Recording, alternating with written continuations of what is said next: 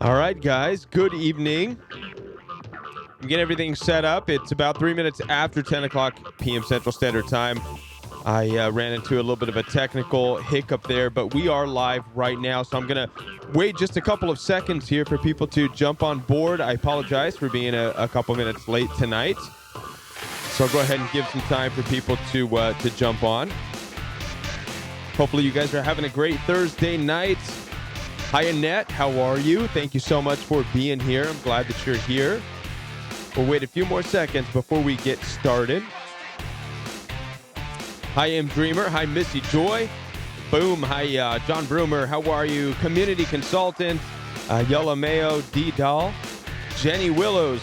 How are you? I'm going to go ahead and answer the telephone call from Utah, but I'm going to put you on hold, okay? Caller from Utah. Don't go anywhere. I'm going to be right there with you. Hi, guys. Hi. Live Life Happy. Hello. Liz Miller. Jenny Willows. How are you guys? Lucy, Annette, Dan, Ritza.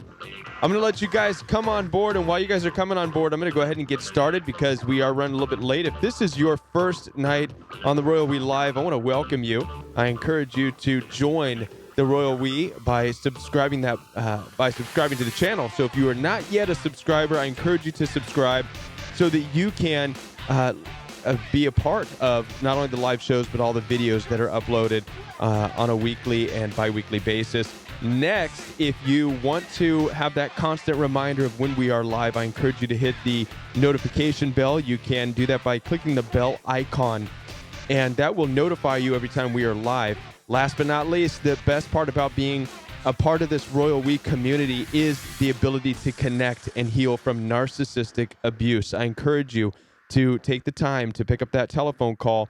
Taking that step to pick up the phone call will bring a healing to you as you're able to articulate the abuse and your experience and what you're learning through it. Not only does it help you, but it helps everybody in the community because we all share in your experience as well. I want to introduce our moderators for the night. Blue is our moderator. She's also the front woman for the Facebook support group. So Blue does have a Facebook support group that continues on after the Royal We Live, so you can find out more about the Facebook support group from Blue. She's looking for moderators herself, so talk to her about that and give Blue a thank you just for everything that she does here as a moderator as well. And as well, Taylor Zabel. Taylor Zabel is another moderator. Give her a big thank you too. They do a lot to welcome you, to speak with you, and to share videos with you and to help you out. They're huge helps here, so be sure to give them a thank you. Also, for Justice and Truth, you may see her pop in as well. Another huge help. Thank you guys so much.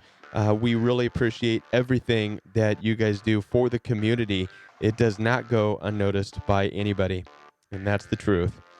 And finally, guys, before we get into the telephone call, I do want to let you know that this is 18-plus content. The Royal We Live does deal with narcissistic abuse. We will be talking about issues involving domestic violence, abusive situations, and sexually explicit content. So viewer discretion is advised.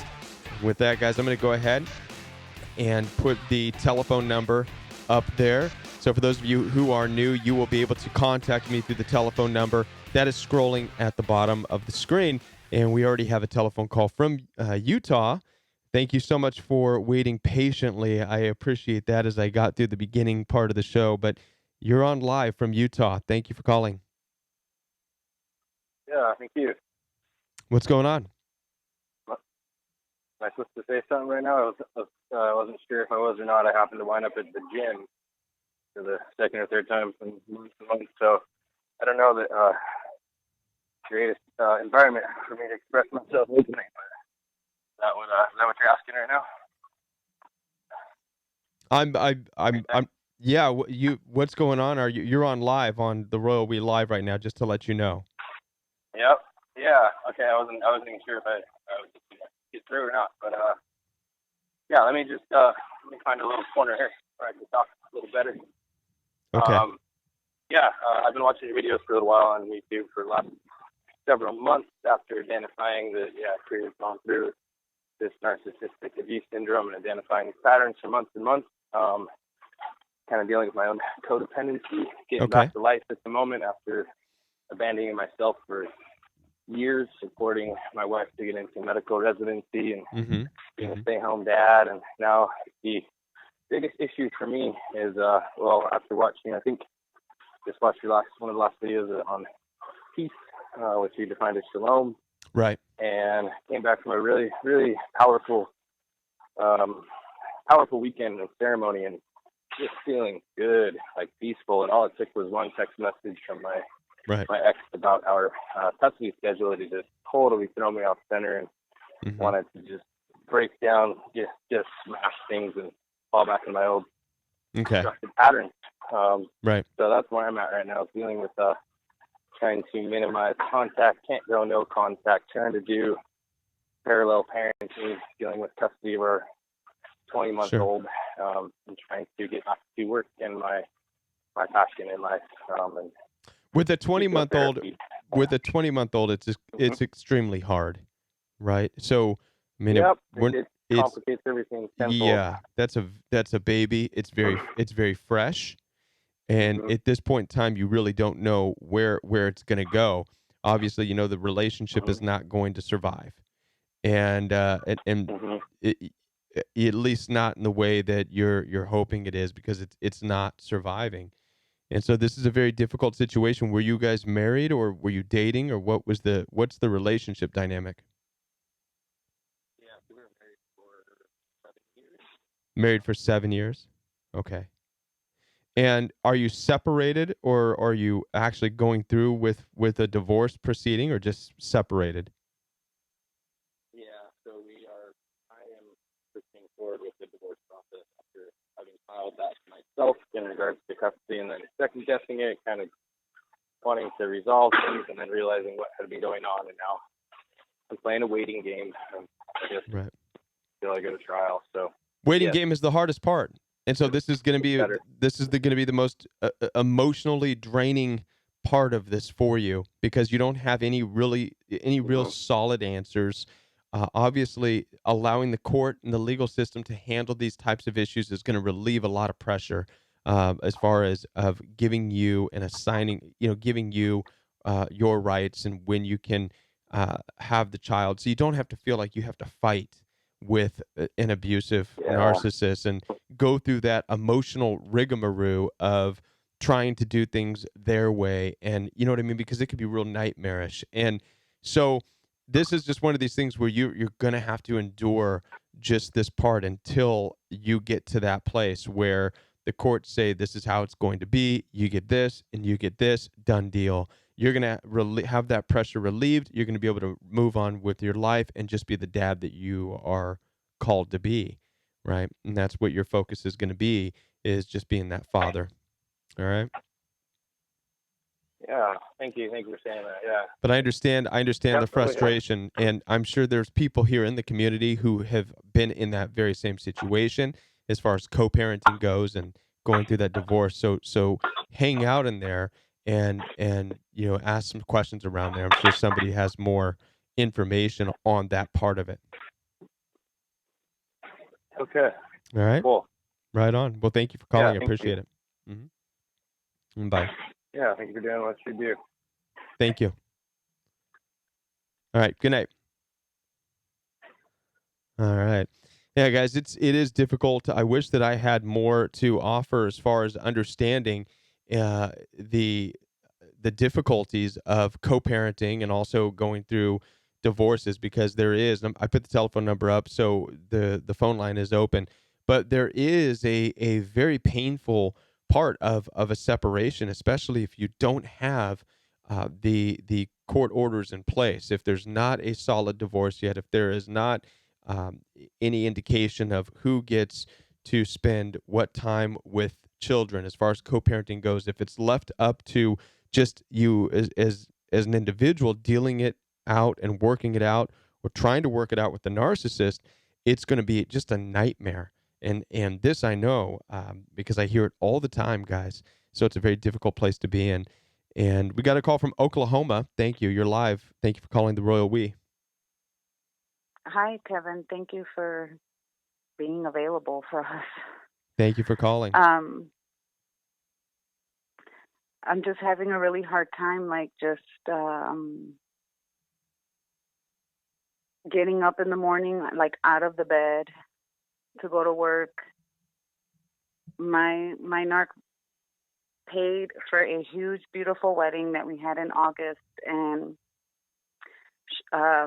before and then after the wedding, the abuse got worse. He isolated me from my best friends. Um, he isolated me in his home. He has 4 daughters, and he didn't want me to like develop a relationship with them. And I had known him for like 4 years before we got married. So this totally took me off guard, and I haven't even told my family, but we're separated now, and I'm just having a real difficult time. So you knew this person for 4 years before going into the marriage, and you had a great marriage. And then what seemed to be falling apart after you were married? What started to take place that wasn't happening the 4 years prior? He would tell me things like, we need to respect each other's time apart.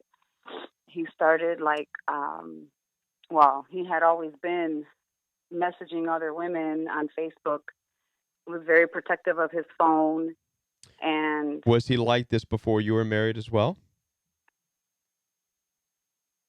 not to the extent that he was after we got married.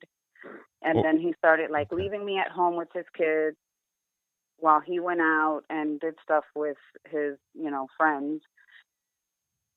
And if he was having a conversation with one of his kids, no matter what it was, I spent a lot of time in my bedroom Right, during the time that I was in the home. right. And he would come home, we would be fine if I was home with the kids. And he would come home and just look at me and go, "Oh, you look like something's bothering you." I don't like, he always wanted to start something between me and his daughters. Like if he was not the center of attention, if they were in the kitchen cooking with me or doing whatever, Mm-hmm. he Mm-hmm. figured out how to get us to divide and, Yeah, and that's their world. That's the narcissistic world right there.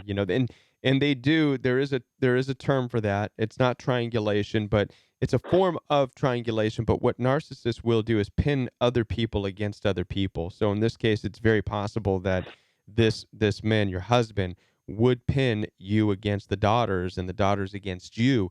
And the reality of what it does is it takes the focus off of them, of how horrible they are, of what's going on in the darkness and in the secrecy of his life. So he's out meeting other people and other women and doing all these other things, but don't focus on that. Instead, he's going to create this animosity and this problem between you and the daughters. This happens all the time. This happens all the time. I ran into this in family dynamic situations where a certain person, a sibling, you typically see this in families where one sibling will pin other siblings against cousins or other brothers and sisters. They'll stir that pot, that shit pot they call it. They'll stir it up to create this tension, and that way they stand back and just watch other people kind of go at it, right? And it's all for the purpose of taking the focus off of your husband. That's what he wanted. He didn't want you to find out about what's going on with him. He didn't want you to ask questions about his life, about whatever's going on Facebook with him, about who he's meeting, right? And this is why I was asking you about the dating relationship for 4 years prior. It's very easy for narcissists to hide a lot of that stuff. I know you said that you didn't see him have, going out all the time. And I'm sure it was the same. They don't just change overnight. They don't go from being perfect to abusive and liars right when you're married. No, he was that before you were married. Okay? But the dynamic of your relationship was that maybe you just weren't around him enough. Did you guys live hmm did you live together before you were married? just for a few months. Okay, see, yeah, so that's not enough time to really get a good hold on what's going on. So when you were dating for 4 years, I mean, share with the community a little bit about what that was like. I mean, what was the dating life for 4 years? When you say you knew him, are we talking about a 4 year courtship, or is it a guy you knew of through other people for 4 years? Or help us understand the dynamic of what the relationship was for 4 years before you got married. What did it look like? How often were you We guys were together? friends. Mm-hmm. We were friends, and we would go out occasionally together, and it Right. was awesome. It was like Of him course. saying all the right things, doing Sure. all the right stuff, and Have the right dinner, um, go to the right places, have the right sex, all that stuff without having to have any obligation or commitment involved. This is where narcissists shine. And if in a mhm, world where you don't need commitment and you don't need a man to lead you and build a life with you, then that sounds like just a fantastic, fabulous life. Just meet once every 2 weeks, have dinner, have sex. Don't talk again for another 2 weeks or another week. And this is typical. And what happens is you don't learn enough about the person's real life beyond that. You think you do. They tell you what they want you to know, but like you said, it's just what you want to hear for that night because they have an agenda that night, and their agenda is to get what they want to get from you as form of supply or whatever. And so for and I started years, to like 4 years I you were started with to that. Google his behaviors. Mm-hmm. I started to Google his behavior because I was just like, well, what's going on here? I had never experienced anything like that before. Right. And then as soon as I put in like his behaviors, all this stuff about narcissists, and I'm like, okay, so this is a real thing. Very And real. Yeah. I started like doing a lot of research before I left because I discovered like the discard process and all of that, and I realized that he was starting to get ready to discard me.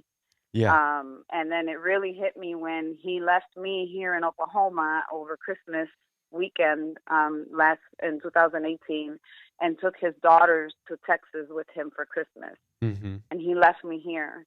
So here I am moving out of his house on Christmas Eve morning because I was like, no, you're not going to leave me with nothing. He had already like used up all of my money.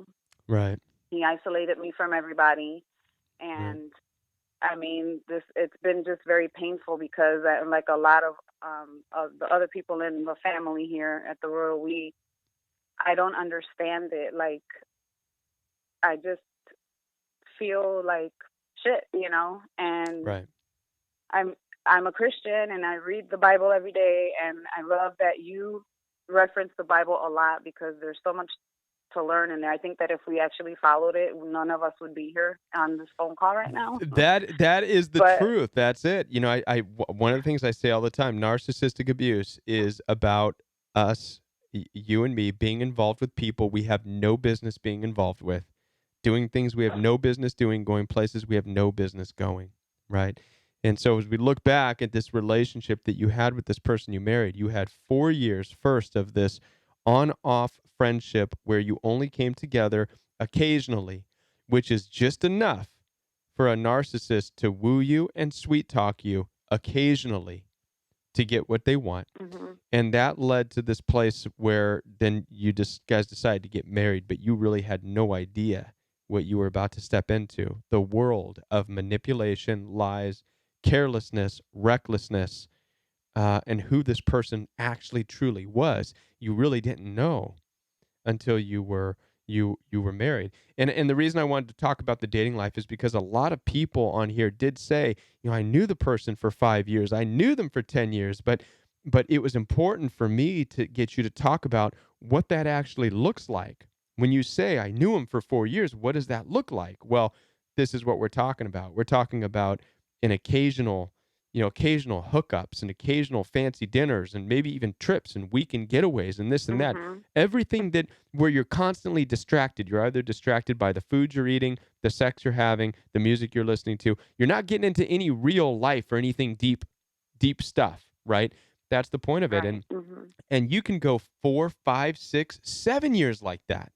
And a lot of narcissists do. They string people along for 10 years of that stuff, keeping people wondering and waiting. Is it going to progress? Is it going to progress? Is it going to get deeper? Is it going to get deeper? Well, until it does, I guess I'll just take the weekend getaway trips or whatever. You know what I mean?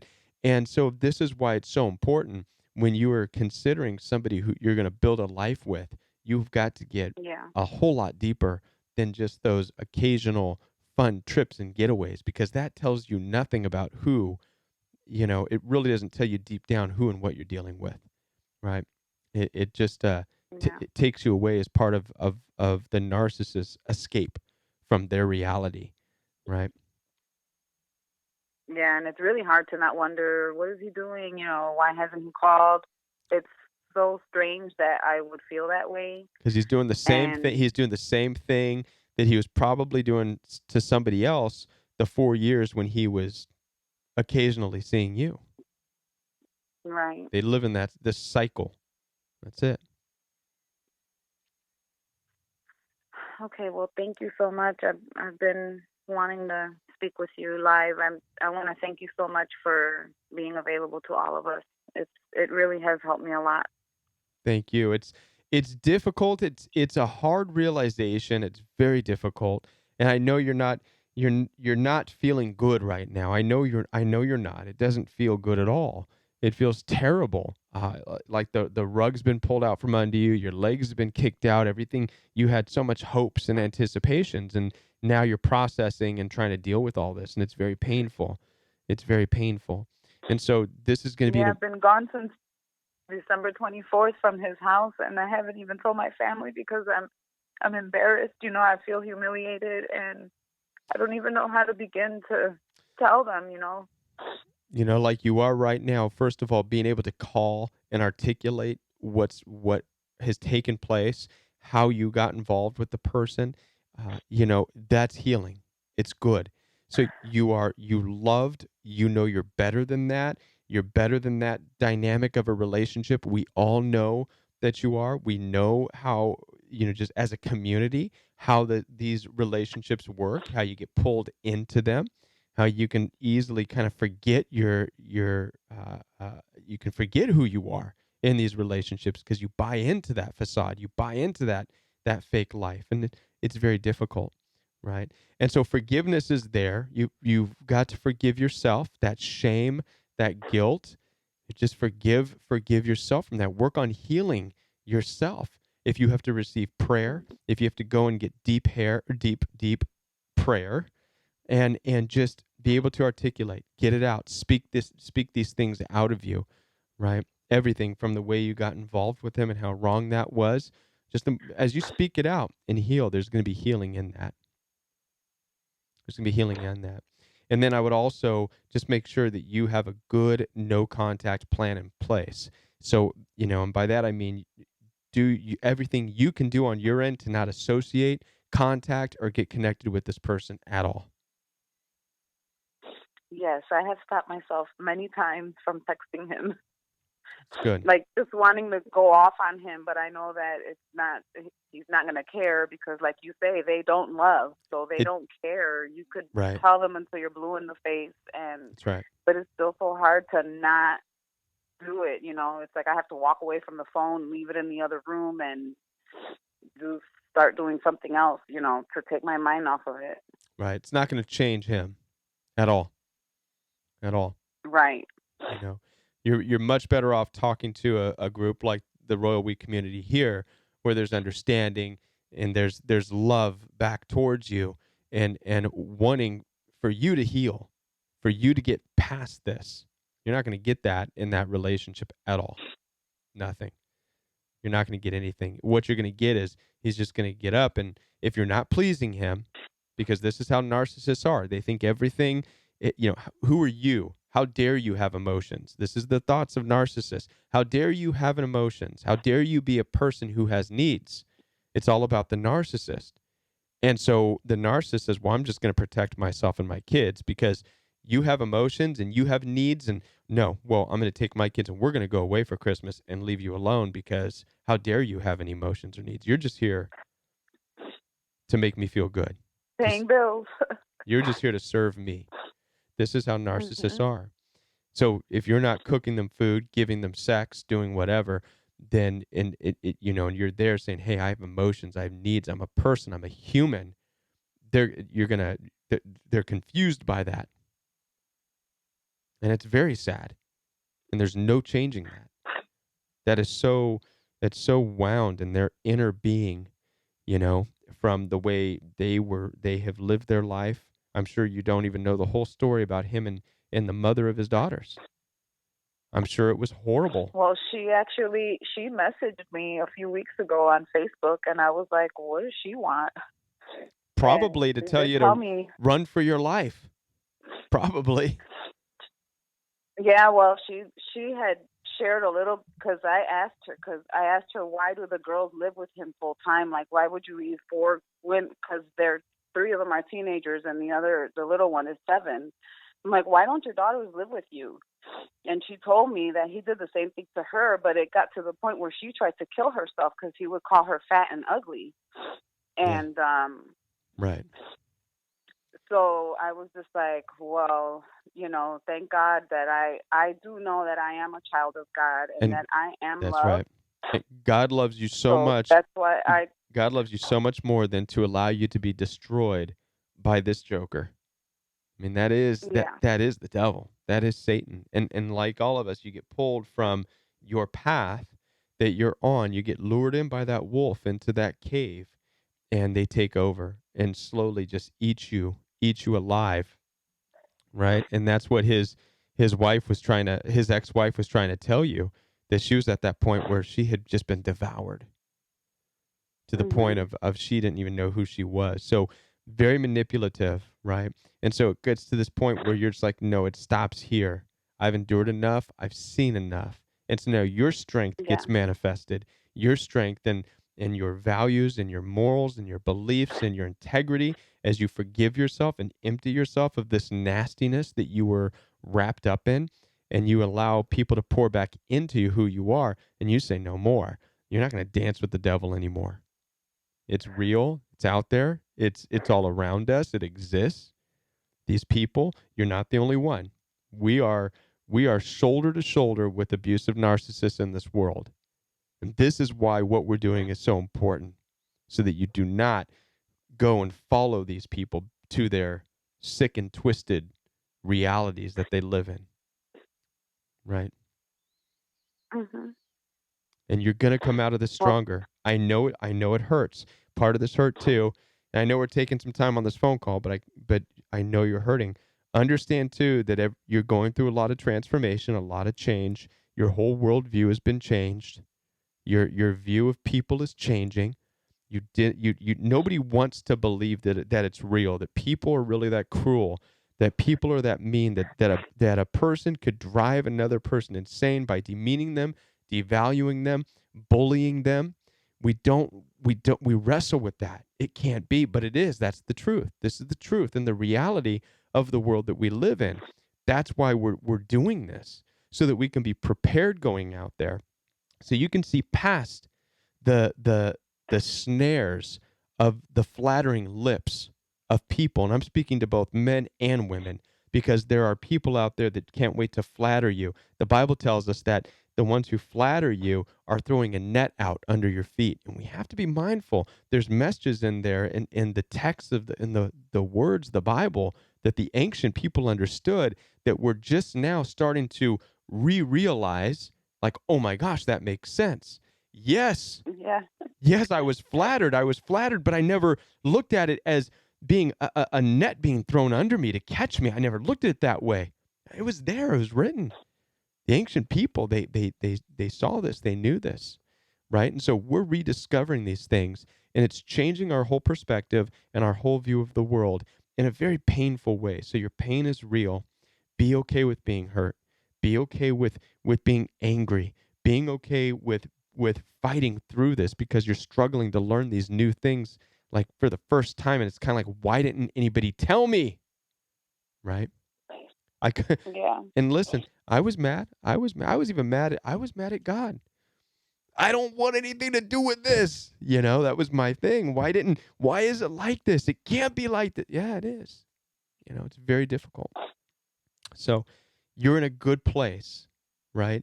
Doesn't seem like it, because it feels like everything's been ripped away from you. So it doesn't feel good, Mhm. but it's the bad things that were ripped away from you. So it is good. It's the toxicity that has been stripped away from your life, So you feel like you have nothing, but really you're on the ground floor, you're brand new. Okay. And so this is where you're going to grow. You're going to grow and you're going to blossom and you're going to flourish and you're going to grow from this place. All right. Okay, thank you so much. Thank you for calling. Appreciate it. Bye-bye. Bye. All right, guys. Thank you so much. I'm going to go ahead and take one more telephone call because we did start a little bit later this evening, and so we'll take another phone call. The phone number is up there streaming, and so we'll take a phone call from Virginia. You're live on the Royal We. Oh my gosh, I've been trying to get through to you. This is fantastic. Hey, good. How are you doing, Kevin? I'm doing good. How about you? Well, I could be better.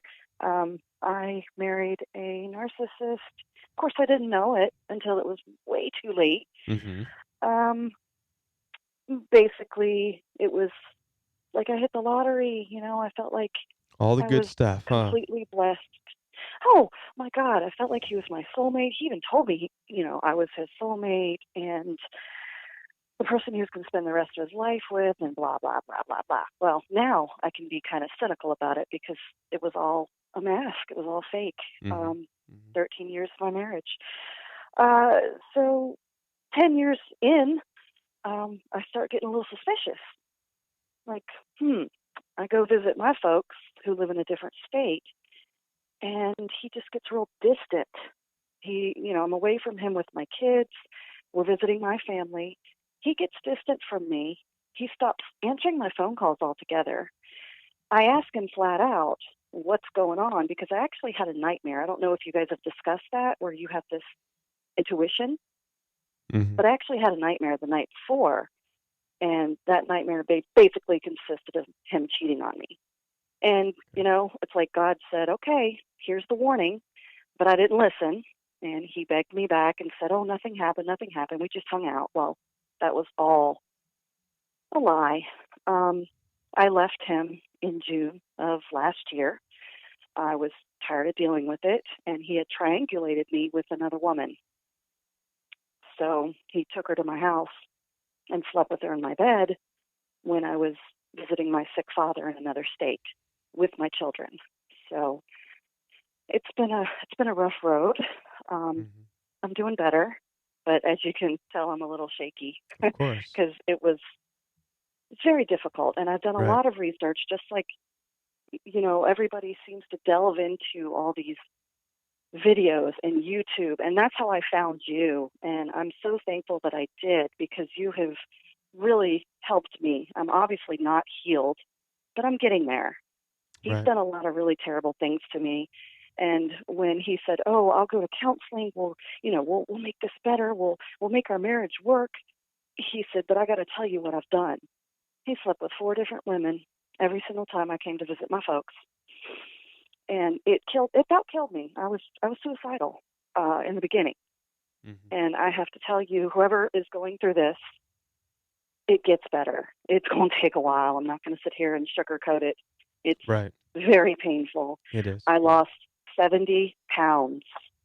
70 pounds because I couldn't eat, because I was very, very, I was distraught. I was in bed. I was depressed. Right.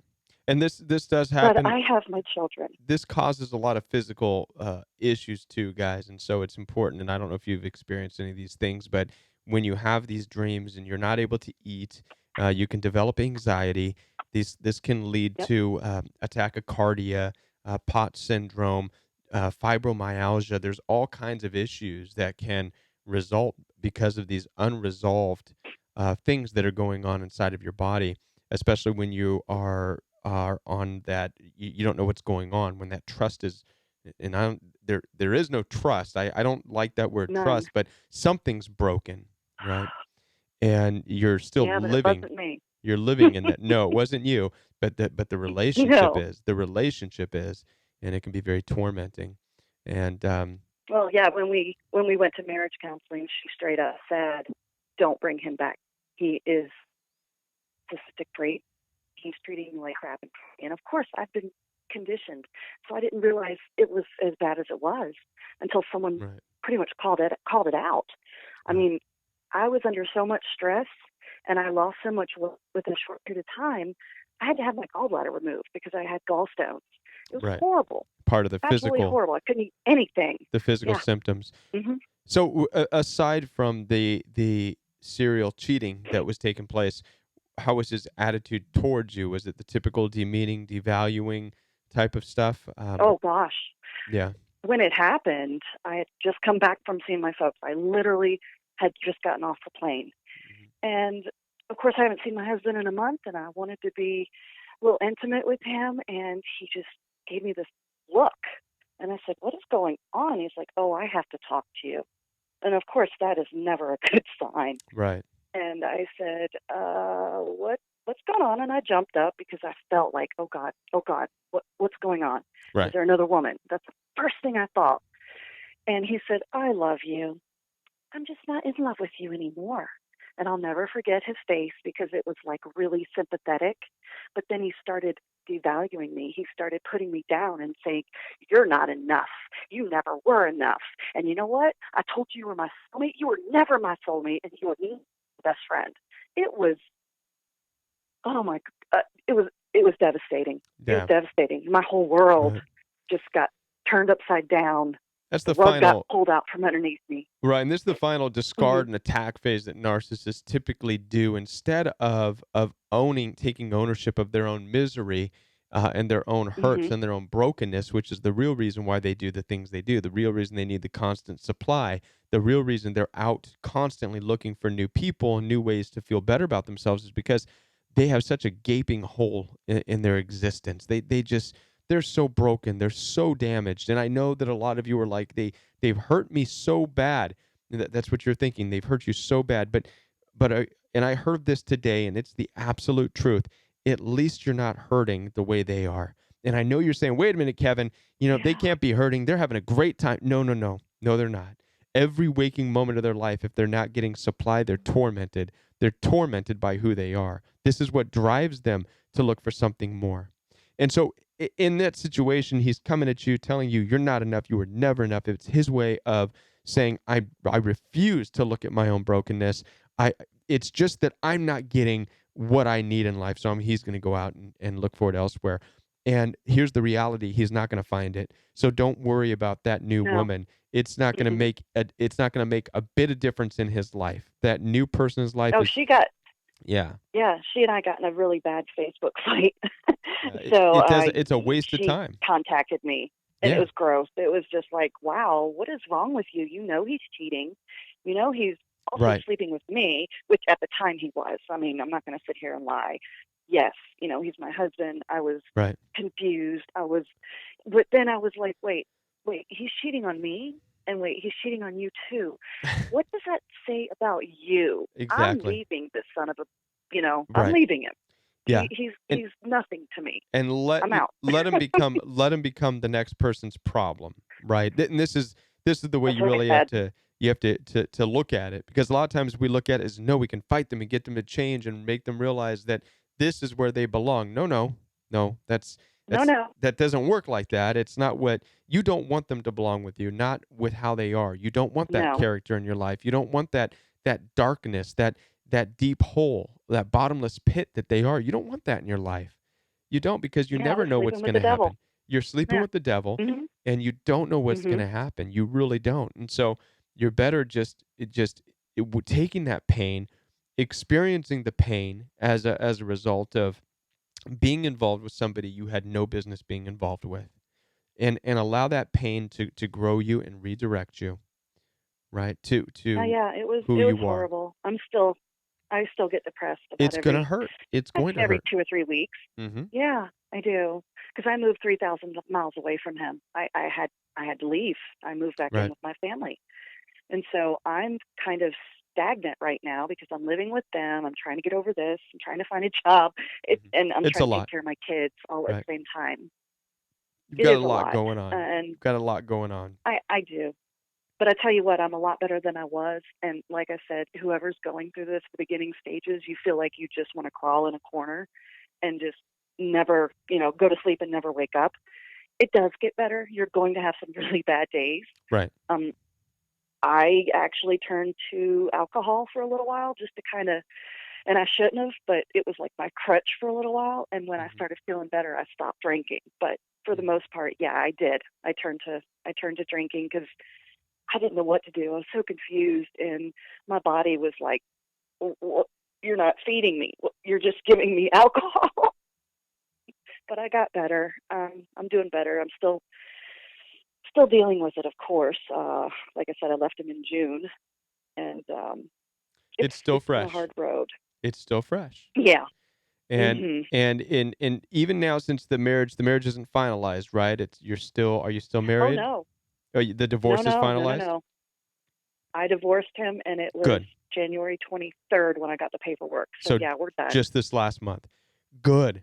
Yeah. Good. No, and but it's still fresh, but good you got that done, because a lot of times, and good for you for taking initiative, because a lot of times people I had to. they won't take that initiative. They'll say, "Well, why won't he just divorce me?" And this, and no, it's like you're No, waiting for permission. Don't wait for permission. Get it done.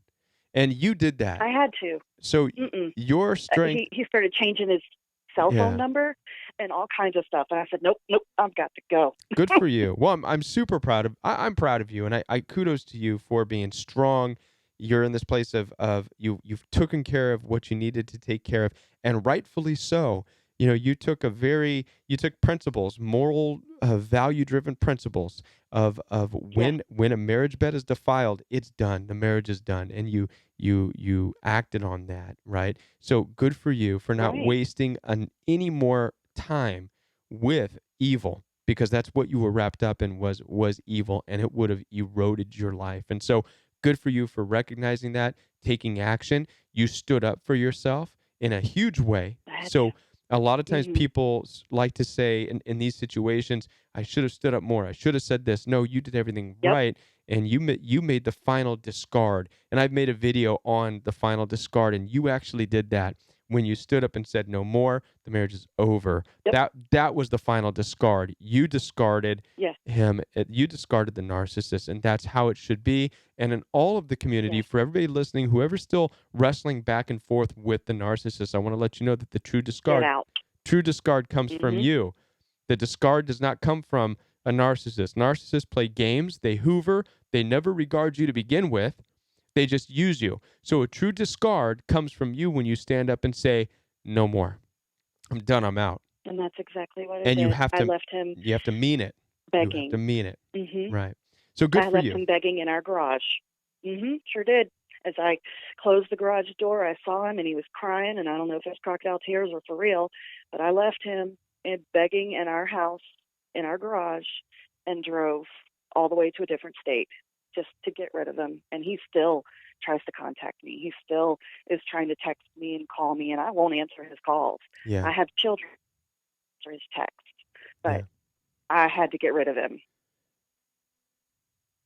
Well, So thank you for calling. Thank you for sharing all that, and for it actually is encouraging. So you offered a lot of encouragement, I know, for people who are going through a similar situation. So thank you for your encouragement, and for taking the time to make that phone call tonight. And since it is something that's difficult, this is why the community's here. So you're welcome yeah, to chat anytime, and you ask questions. If you need prayer, there's people here who will pray for you as well.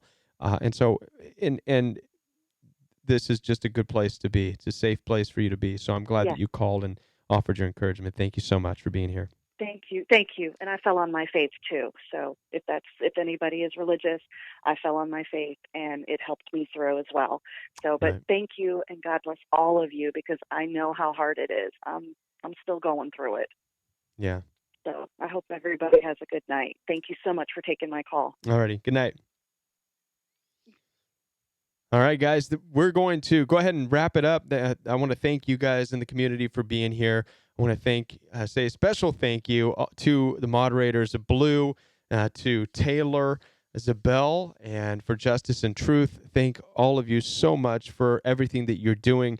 Everybody in the community, be sure to give the moderators just a lot of love. Thank them for being there, for welcoming you, and for talking with you. I want to thank you guys for picking up the telephone call and making that phone call, because I know it's not easy when you're experiencing pain and when you're hurting. It's not easy to articulate what's going on. And so that takes a lot of strength, but that's where healing is. So thank you for that.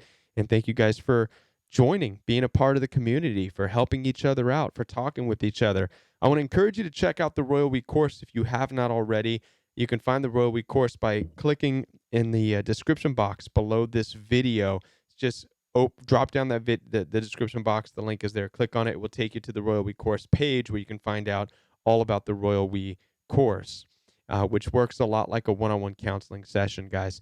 All right, guys, I want to thank you so much for being here. Once again, we'll be back tomorrow night, 10 o'clock p.m. Central Standard Time. So if you tried to call and you were not able to get in tonight, go ahead and call tomorrow night. Again, 10 o'clock p.m. Central Standard Time. And tomorrow is Friday, so tomorrow will be the last night of the week. And then we will have the weekend away and come back on Monday.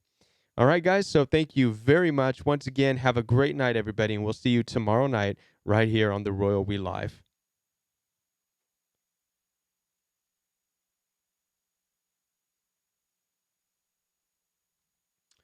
All right, I don't know what's going on here, but apparently YouTube does not want to stop the stream.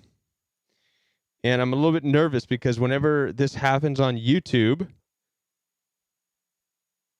they will ding and penalize you and take down the stream. So I'm going to reset this, and I'm going to stop it manually from YouTube. So welcome to the live chat.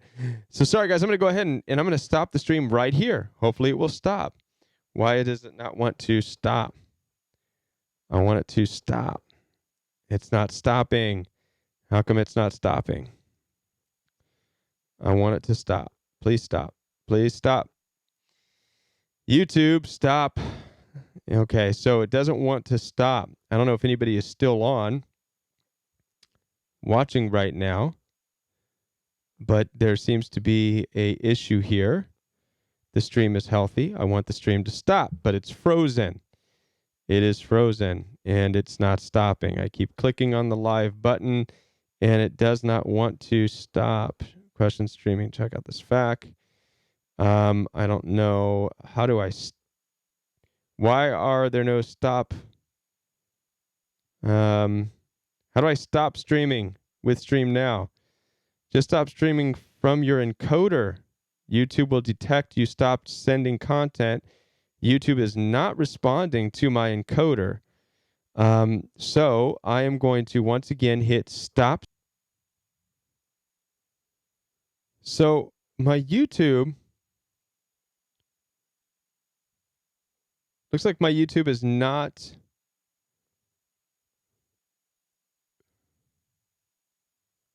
functioning properly. Is anybody there?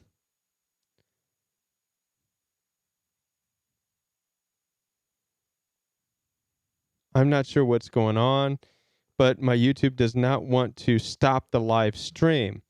I don't like it when YouTube, because it looks like it's frozen on live streaming, and it's indicating that it's ongoing, and I have 40 viewers right now. So unfortunately, we're not...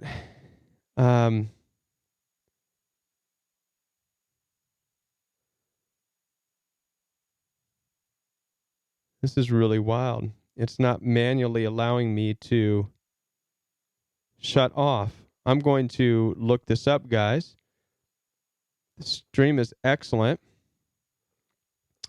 All right, so I've got to figure out what's going on here. I'm going to open up my Chrome, and you guys are going to be with me because I do not want YouTube to penalize me for not being able to, sometimes the stream will just keep going, and they will penalize me for it and take away my my ability to stream. And this is a support group that's here for you guys nightly. I don't want that to happen. So I'm going to do a Google search right now that says YouTube live stream will not stop. Help. Preview start, stop events. Okay. Auto start events do not stop. Please remember to stop your live event when you are done. Okay. When the event has ended, click stop streaming. But I've done that and it doesn't do anything. Troubleshooting a live stream, always posting. Okay. How do I stop? Okay. Turns out YouTube is smarter than that. It actually doesn't end your stream right away because it thinks that you may have network or software problems. See what this has to say. Simply stop streaming from your encoder. YouTube will detect that you stop sending content and stop the stream for you. When I stop stream from OBS, the YouTube stream goes offline as expected. However, the stream archive doesn't appear in my video manager. Okay. Stream now, basic and advanced setting, the live control room. So to get my stream archived and show up in my video manager, I went stream now, basic info, advanced settings. So I'm going to try this route. Here we go, guys. I'm going to go to, this will come up, stream now. Okay, this doesn't do anything.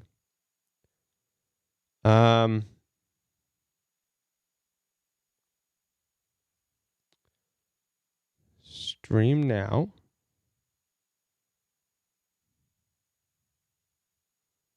That doesn't help.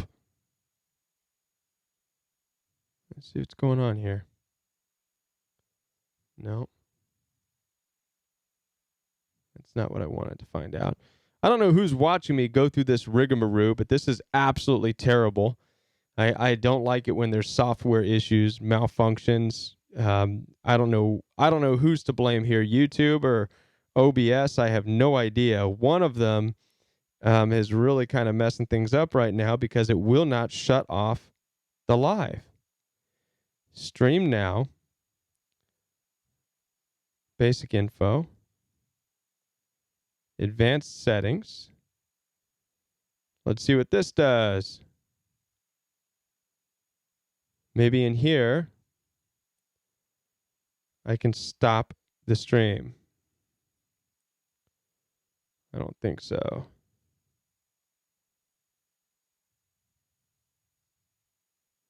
I don't see anything that says stop stream. I'm looking for it.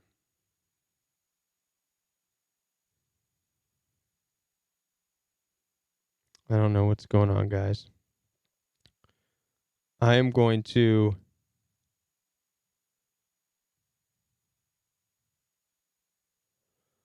okay, I'm just going to go ahead and I'm going to hit the other stream. I'm going to trust that if there's an issue that YouTube thinks of something that happened here, I'm going to let them know. I'm going to put this out there that it's not my fault. I hit stop stream.